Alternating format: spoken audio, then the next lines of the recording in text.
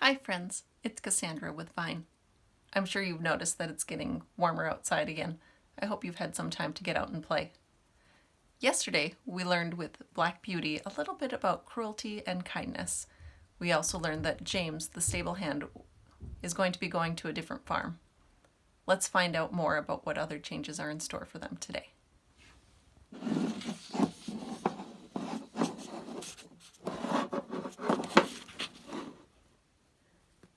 Chapter 15, The Old Holster. After this, it was decided by my master and mistress to pay a visit to some friends who lived about 46 miles from our home, and James was to drive them. The first day we traveled 32 miles. There were some long, heavy hills, but James drove so carefully and thoughtfully that we were not at all harassed. He never forgot to put on the drag as we went downhill, nor to take it off in the right place. He kept our feet on the smoothest part of the road, and if the uphill was very long, he set the carriage wheels a little across the road so as to not run back, and gave us a breathing.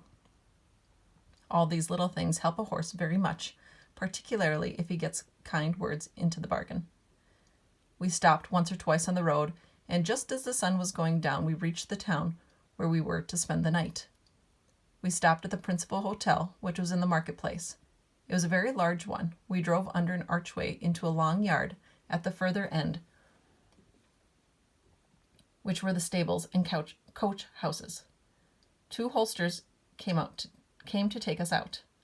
The head holster was a pleasant, active little man with a crooked leg and a yellow striped waistcoat. I never saw a man unbuckle harness so quickly as he did, and with a pat and a good word he led me to a long stable with 6 or 8 stalls in it and 2 or 3 horses. The other man brought Ginger. James stood by while we were rubbed down and cleaned. I never was cleaned so lightly and quickly as by that little old man. When we had done, James stepped up and felt me over, as if he thought I could not be thoroughly done, but he found my coat as clean and smooth as silk. "Well," he said, "I thought I was pretty quick, and our John quicker still, but you do beat all I ever saw for being quick and thorough at the same time." "Practice makes perfect," said the crooked little holster, "and 'twould be a pity if it didn't. 40 years' practice and not perfect? Ha! That would be a pity. And as to being quick, why, bless you, that is only a matter of habit. If you get into the habit of being quick, it is just as easy as being slow. Easier, I should say, in fact, if you don't. It don't agree with my health to be hulking about over a job twice as long as it need take. Bless you, I couldn't whistle if I crawled over my work, as some folks do. You see, I have been about horses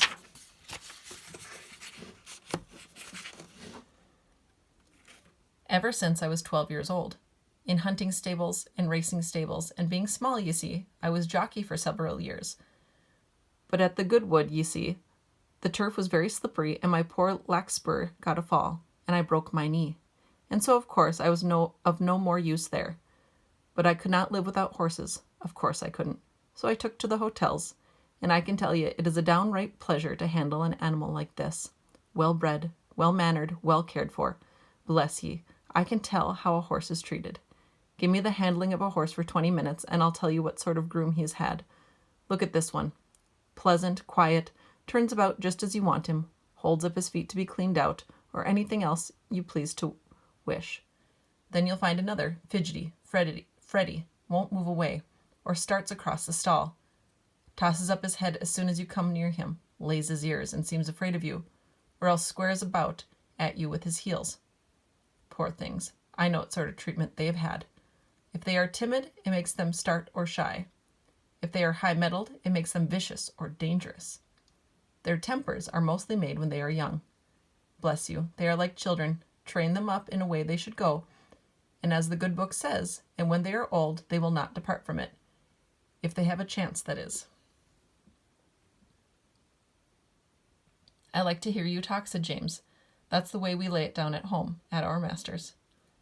"Who is your master, young man, if it be a proper question? I should judge he is a good one from what I see." "He is Squire Gordon of Birtwick Park, the other side of Beacon Hill," said James. "Ah, so, I have heard of him. Fine judge of horses, ain't he? The best rider in the county."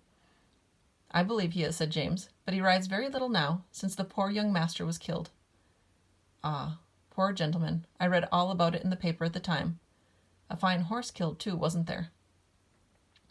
Yes, said James. He was a splendid creature, brother to this one, and just like him. Pity, pity, said the old man. 'Twas a bad place to leap, if I remember. A thin fence at the top, and a steep bank down to the stream, wasn't it? No chance for the horse to see where he was going. Now, I am bold for riding as much as any man, but still there are some leaps that only very knowing old huntsman has any right to take. A man's life and a horse's life are worth much more than a fox's tail. At least, I should say they ought to be. During this time the other man had finished Ginger and brought out our corn, and James and the old man left the stable together.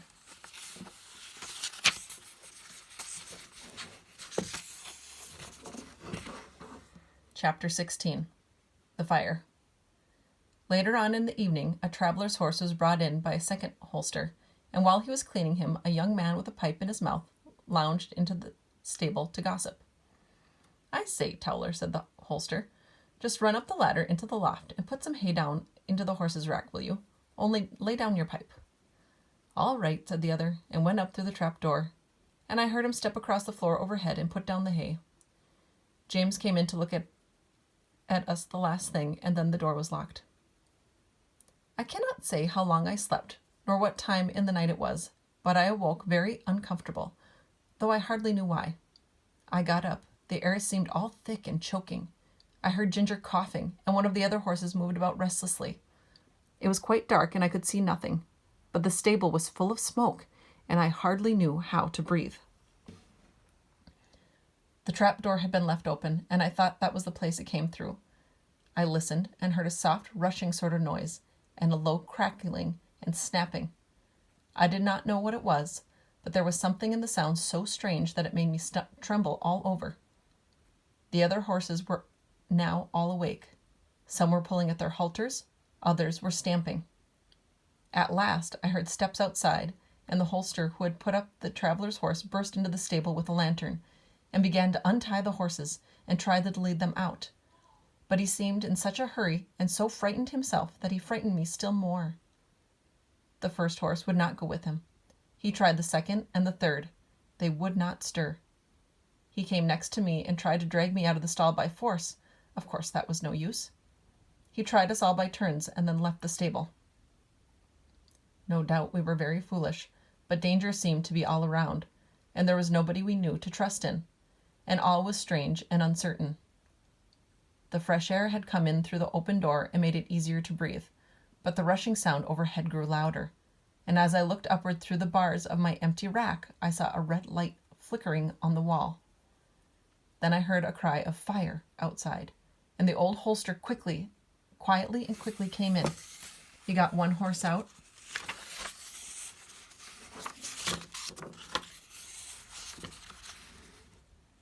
and went to another, but the flames were playing round the trap door, and the roaring overhead was dreadful. The next thing I heard was James's voice, quiet and cheery, as it always was. Come, my beauties, it is time for us to be off, so wake up and come along. I stood nearest the door, so he came to me first, patting me as he came in. Come, beauty, on with your bridle, my boy. We'll soon be out of this smother. It was on in no time. Then he took the scarf off his neck and tied it lightly over my eyes, and patting and coaxing me, led me out of the stable. Safe in the yard, he slipped the scarf off my eyes and shouted, Here, somebody, take this horse while I go back for the other. A tall, broad man stepped forward and took me, and James started back into the stable. I set up a shrill whinny when I saw him go. Ginger told me afterwards that whinny was the best thing I could have done for her, for had she not heard me outside, she never would have had the courage to come out. There was much confusion in the yard, the horses being got out of their other stables, and carriages and gigs being pulled out of houses and sheds, lest the flames should spread further. On the other side of the yard, windows were thrown up, and people were shouting all sorts of things, but I kept my eyes fixed on the stable door, where the smoke poured out thicker than ever, and I could see flashes of red light. Presently I heard above all the stir and a din, loud, clear voice, which I knew was Master's. James Howard, are you there? There was no answer,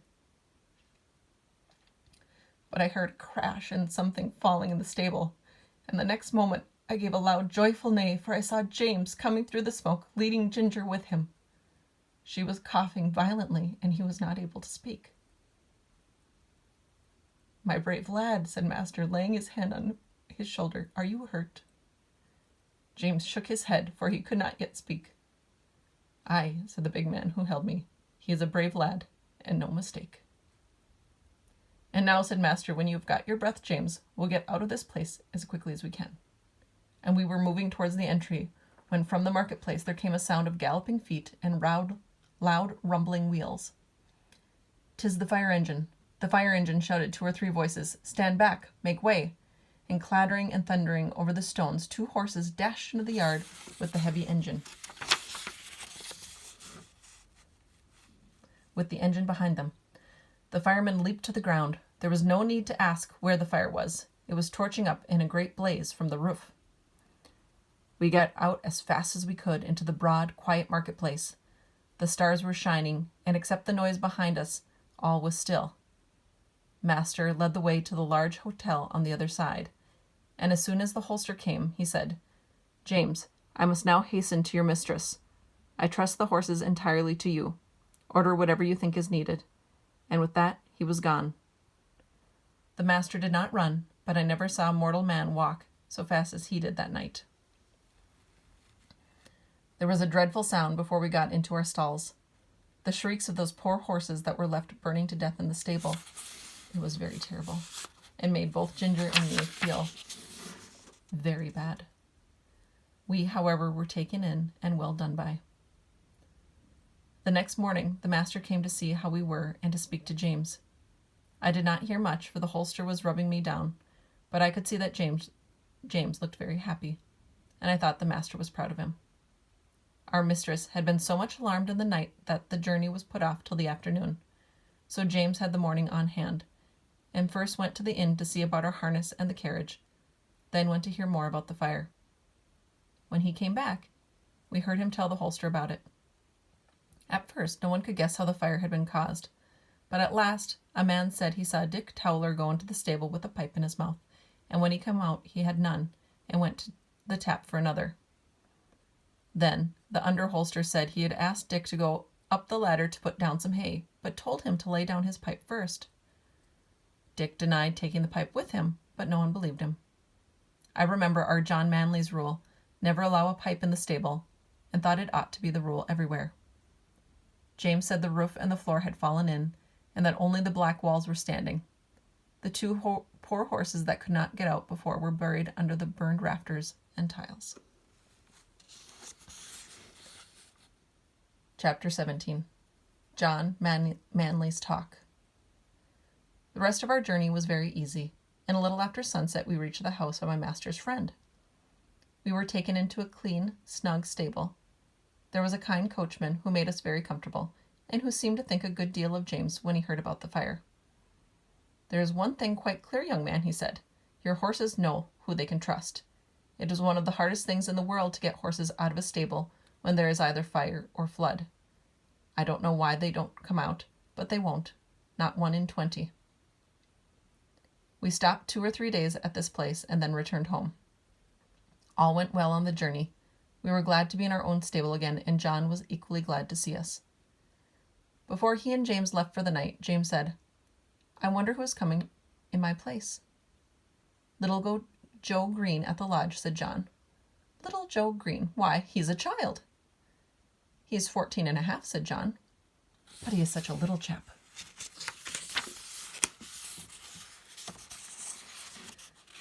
"Yes, he is small, but he is quick and willing and kind-hearted too. And then he wishes very much to come, and his father would like it, and I know the master would like to give him the chance. He said if I thought he would not do, he would look for a bigger boy. But I said I was quite agreeable to try him for 6 weeks. 6 weeks, said James. Why, it will be 6 months before he can be of much use. It will make you a deal of work, John. Well, said John with a laugh, work and I are very good friends. I never was afraid of work yet. You are a very good man, said James. I wish I may ever be like you." "I don't often speak of myself," said John, "but as you are going away from us out into the world to shift for yourself, I'll just tell you how I look on these things. I was just as old as Joseph when my mother and father died of the fever, within 10 days of each other, and left me and my crippled sister Nellie alone in the world, without a relation that we could look to for help. I was a farmer's boy, not earning enough to keep myself, much less both of us, and she must have gone to the workhouse but for our mistress. Nellie calls her her angel, and she has good right to do so. She went and hired a room for her with the old widow Mallet, and gave her knitting and needlework when she was able to do it. And when she was ill, she sent her dinners and many nice, comfortable things, and was like a mother to her. Then the master, he took me into the stable under old Norman, the coachman that was then. I had my food at the house, and my bed in the loft, and a suit of clothes and 3 shillings a week, so that I could help Nellie. Then there was Norman. He may have turned round and said that at his age he could not be troubled with a raw boy from the plough-tail. But he was like a father to me, and took no end of pains with me. And when the old man died some years after, I stepped into his place. And now, of course, I have top wages, and can lay by for a rainy day or sunny days, as it may happen. And Nellie is as happy as a bird. So you see, James, I'm not the man that should turn up his nose at a little boy and vex a good, kind master. No, no. I shall miss you very much, James, but we shall pull through, and there's nothing like doing a kindness when 'tis put in your way, and I am glad I can do it." "Then," said James, "don't hold with that saying. Everybody look after himself, and take care of number 1. "No, indeed," said John. "Where should I and Nellie have been if master and mistress and old Norman had only taken care of number 1? Why, she in the workhouse, and I hoeing turnips. Where would Black Beauty and Ginger have been if you had only thought of number 1? Why, roasted to death." "No, Jim, no. That is a selfish, heathenish saying, whoever uses it. And any man who thinks he has nothing to do but take care of number 1, why, it's a pity, but what he had been drowned like a puppy or a kitten before he got his eyes open. That's what I think," said John, with a very decided jerk of his head. James laughed at this, but there was a thickness in his voice when he said, "You have been my best friend, except my mother. I hope you won't forget me." "No, lad, no," said John. "And if I ever can do you a good turn, I hope you won't forget me." The next day, Joe came to the stables to learn all that he could before James left. He learned to sweep the stable, to bring in the straw and hay. He began to clean the harness and helped to wash the carriage. As he was quite too short to do anything in the way of grooming Ginger and me, James taught him upon Merrylegs, for he was to have full charge of him under John. He was a nice little bright fellow, and always came whistling to his work. Merrylegs was a good deal put out at being mauled about, as he said, by a boy who knew nothing, but toward the end of the 2nd week he told me confidentially that he thought the boy would turn out well. At last the day came when James had to leave us. Cheerful as he always was, he looked quite downhearted that morning. "You see," he said to John, "I am leaving a great deal behind. My mother and Betsy, and you, and a good master and mistress, and then the horses, and my old Merrylegs. At the new place there will be not a soul I shall know. If were not that I were getting a higher place, and be able to help my mother better, I don't think I should have made up my mind about it. It's a real pinch, John." "Aye, James, lad, so it is. But I should not think much of you if you could leave your home for the first time and not feel it. Cheer up, you'll make friends there, and if you get on well, as I am sure you will, it will be a fine thing for your mother, and she will be proud enough that you have got into such a place as that." So John cheered him up, but everyone was sorry to lose James. As for Merrylegs, he pined after him for several days, and quite off his appetite. So John took him out several mornings with a leading rein. Then, when he exercised me, and trotting and galloping by my side, got up the little fellow's spirits again, and he was soon all right. Joe's father would often come in and give a little help, as he understood the work, and Joe took a great deal of pains to learn, and John was quite encouraged with him. That is where we shall stop for today. I look forward to hearing more about what is going to happen next with you tomorrow. Have a good day.